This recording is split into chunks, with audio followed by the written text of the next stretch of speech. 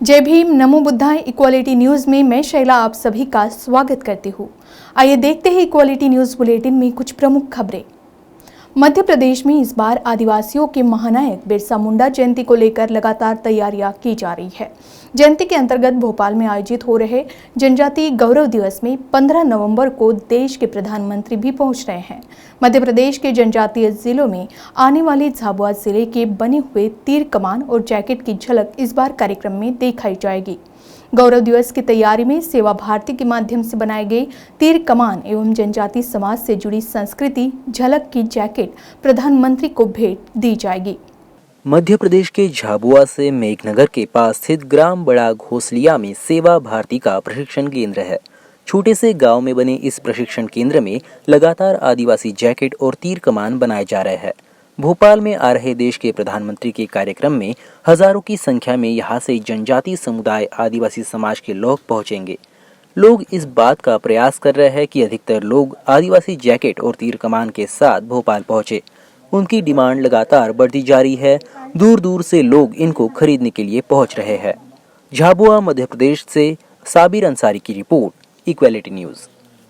फिलहाल चौतरफा विकास कार्यों की चहल पहल जारी है। इसी कड़ी को जोड़ते हुए देवरी क्षेत्र में रविवार को करीब 1 करोड़ 10 लाख के विकास कार्यों का लोकार्पण किया गया। इस दौरान समारोह में मुख्य अतिथि के तौर पर देवरी क्षेत्र के ही पूर्व कैबिनेट मंत्री और वर्तमान में कांग्रेस विधायक हर्ष यादव मौजूद थे, जिनके हाथों संबंधित विकास कार्यों का लोकार्पण किया गया।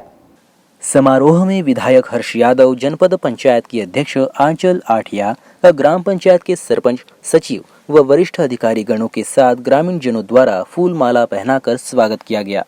कार्यक्रम में विधायक व जनपद अध्यक्ष ने विकास कार्यों का भूमि पूजन व लोकार्पण किया, जिसमें विकास कार्यों की निर्माण कार्यों की गुणवत्ता पर विशेष ध्यान देने की बात हर्ष यादव की ओर से की गई।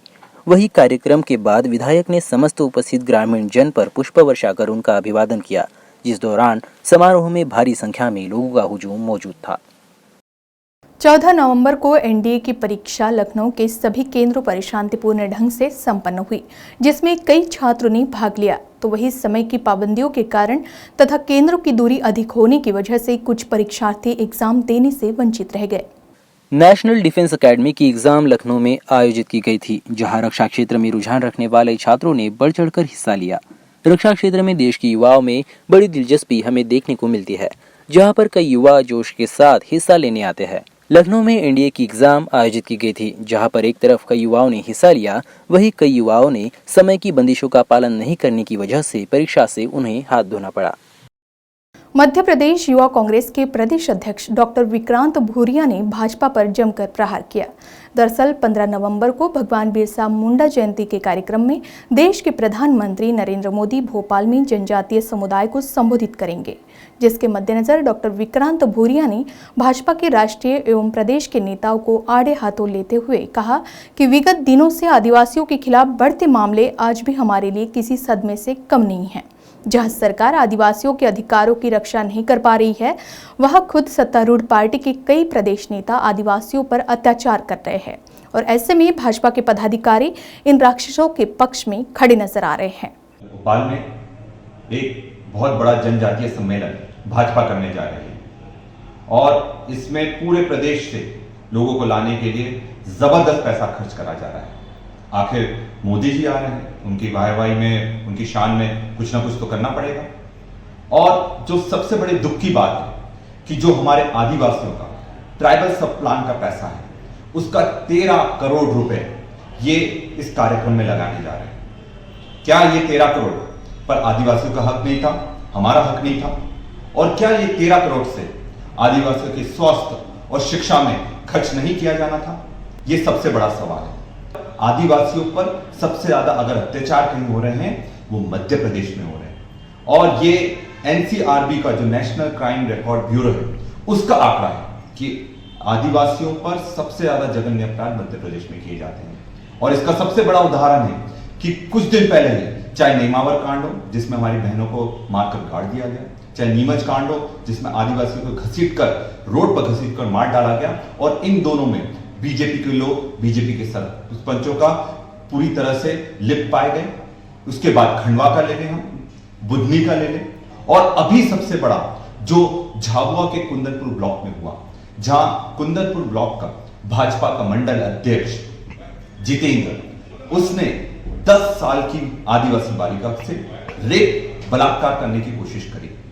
और जब पुलिस प्रशासन किसी भी तरह से एफआईआर करने को तैयार नहीं था और जब सबसे दबाव जला डाला गया, तब जाकर उस पर पॉस्को एक्ट में, अट्रोसिटी एक्ट में और सब धाराएं लगाकर उस पर एफआईआर हुई। क्या कारण है कि जब भी आदिवासियों पर अत्याचार होते हैं 2-2 महीने लग जाते हैं उनको न्याय दिलाने के लिए। और ये जो भोपाल में आयोजन कर रहे हैं, ये सिर्फ एक दिखावा है। असलियत ये है कि इनकी कभी सोच आदिवासियों के साथ रही नहीं है। ये वही लोग हैं जो आदिवासी को आदिवासी कहने से हिचकिचाते हैं। ये कहते हैं कि हम वनवासी हैं, कि हम वनों में रहते हैं। ये हमारी पहचान छीनना चाहते हैं। हमारे जो प्रकृति पूजक हैं हम लोग, उसकी पहचान ये छीनना चाहते हैं। जो जल जंगल जमीन से हमारा को प्रेम है, वो हमसे जुदा करना चाहते हैं। और अगर ऐसा ये करना चाहते हैं तो हम इस प्रदेश का हर एक युवा, हर एक आदिवासी एकजुट होकर इनको इस प्रदेश से उखाड़ फेंकेगा। जब तक ये आदिवासियों के लिए संरक्षण नहीं दे पाएंगे, उनको शिक्षा नहीं दे पाएंगे और उनको स्वास्थ्य सुविधा नहीं दे पाएंगे। बुरहानपुर के नेपानगर पुलिस का सोशल पुलिसिंग का चेहरा सामने आया है। दरअसल नेपानगर थाने में पदस्थ थाना प्रभारी एपी सिंह शहर एवं ग्रामीण क्षेत्र में अवैध शराब बिक्री के खिलाफ अभियान चला रही है। इसी कड़ी में अवैध शराब बिक्री के मामले में पुलिस ने एक आरोपी महिला को गिरफ्तार किया, जिसके बाद महिला को थाने ले जाकर पुलिस ने उसके दोनों बच्चों को तोहफे के रूप में गर्म कपड़े भेंट किए। साथ ही पुलिस ने महिला को अवैध शराब बिक्री का व्यवसाय छोड़ने की समझाइश भी दी। नेपानगर पुलिस की सोशल पुलिसिंग का वीडियो सोशल मीडिया पर जमकर वायरल हो रहा है, जिसकी नागरिकों द्वारा तारीफ की जा रही है। आदिवासी सेंगल अभियान द्वारा 15 नवंबर को भगवान बिरसा मुंडा की जयंती को संकल्प दिवस के रूप में मनाया जाएगा।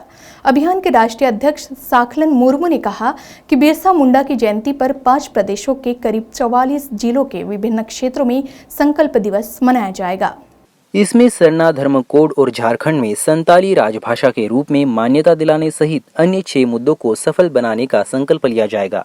अभियान के राष्ट्रीय अध्यक्ष सालखन मुर्मू ने कहा कि भारत सरकार द्वारा बिरसा जयंती पर अब हर साल देश में जनजातीय गौरव दिवस के रूप में मनाने के फैसले का सिंगिल स्वागत करता है। झारखंड, बंगाल, बिहार और असम के लगभग 35 जिलों में सिंगिल द्वारा सती प्रथा की तरह आदिवासी गांव समाज से डायन प्रथा को जड़ व मूल से समाप्त करने के लिए सभी जिला मुख्यालयों में धरना प्रदर्शन के माध्यम से जिलों के उपायुक्त और एसपी को ज्ञापन पत्र सौंपा जाएगा। उत्तर प्रदेश में कोविड टीकाकरण को लेकर अभियान तेजी से चलाया जा रहा है, जहां पर इस महामारी से बचने के लिए हर गांव में कैंप लगाकर लोगों को वैक्सीन का टीका दिया जा रहा है। लखनऊ के ग्रामीण क्षेत्रों में टीकाकरण अभियान तेजी से चल रहा है, जहां इक्वालिटी न्यूज ने टीकाकरण कैंप का जायजा लिया। इस बीच ज्यादा से ज्यादा वैक्सीनेशन होने की बात पता चली तो वही कुछ लोगों में डर का माहौल दिखा। ऐसा इसलिए है कि बहुत दिन से कैंप चल रहे हैं, तो इसलिए हमारे यहाँ ज़्यादातर लोगों के यहाँ लग चुके हैं, तो इसीलिए जो बच्चे हैं वही लोग आ जा रहे हैं। जिनका जो समय सेकंड का है वो सेकंड लगा दिया जा रहा है, जिनको बच्चे कुछ फर्स्ट वाले हैं वो फर्स्ट लग रहे हैं। लोग आ रहे हैं, बहुत ज़्यादा तादाद में आ रहे हैं और काफ़ी लोगों को लग चुकी है। अब तो बहुत कम लोग बचे हैं, मैक्सिमम लोग लगवा चुके हैं। लखनऊ से संवाददाता ओम प्रकाश, इक्वालिटी न्यूज़ के लिए। हरियाणा स्थित जिंद जिले के गांव ढाबी टेक सिंह में जनता को काफी परेशानियों का सामना करना पड़ रहा है, जिसके चलते अब मजबूरन समस्याओं की तरफ प्रशासन का ध्यान आकर्षित करने के लिए संबंधित क्षेत्र के लोगों को आंदोलन का सहारा लेना पड़ा। क्षेत्र में कुल लोगों की संख्या 4000 है और हैरानी की बात यह है कि उसी जनसंख्या में करीब 75% लोग काला पीलिया के शिकार है। वही सिर्फ पीलिया ही नहीं तो डेंगू, टाइफाइड और मलेरिया से भी ग्रामवासी परेशान हैं। जिंद जिले के गांव ढाबी टेक सिंह में जनता को काफी परेशानियों का सामना करना पड़ रहा है। घरों में सीवरेज का गंदा पानी इतना ज्यादा पहुंच गया है कि लोगों के घरों के चारों तरफ दरार के कारण घर गिरने की कगार पर है।